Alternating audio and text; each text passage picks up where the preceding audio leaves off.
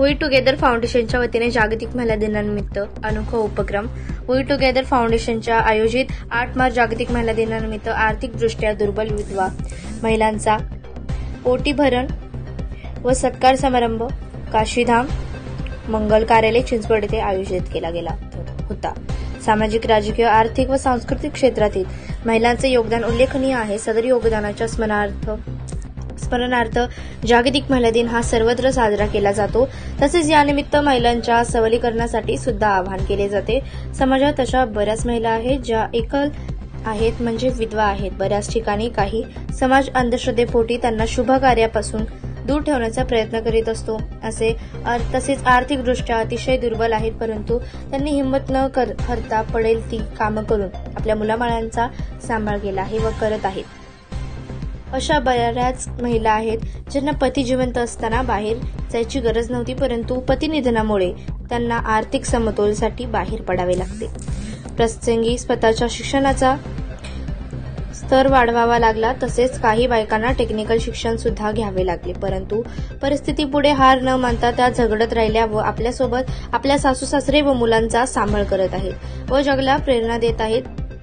अशा सर्व आर्थिकदृष्ट्या दुर्बल जवळपास 100हून अधिक विधवा महिलांचा साडी, चोळी नारळ, ओटी भरून पुष्पगुच्छ व विशेष भेटवस्तू देऊन सन्मान करण्यात आला। सदर कार्यक्रमाला डॉक्टर गीतांजली क्षीरसागर, अनेक पुरस्कार प्राप्त, मॉडेलिंगमध्ये अग्रगण्य, कायम समाजहित कार्य, प्राणीमित्र सदस्य केंद्रे, फिल्म सल्लागार समिती डॉक्टर स्मिता वारवकर, महावितरण अभियंता शीतल मेश्राम या प्रमुख पाहुण्या उपस्थित होत्या। तसेच नारदीय कीर्तनकार अमृता देशपांडे यांचे महिला प्रबोधन पर्व व्याख्यान झाले। वी टुगेदर फाउंडेशनचे अध्यक्ष मधुकर बच्चे यांनी प्रास्ताविक केले व सर्व महिला भगिनींचे स्वागत करून अभिनंदन केले। सर्व प्रमुख पाहुण्यांनी आपले मनोगत व्यक्त केले व महिलांना मार्गदर्शन केले। सलीम सय्यद यांनी उपस्थितांना फाउंडेशनची थोडक्यात माहिती दिली।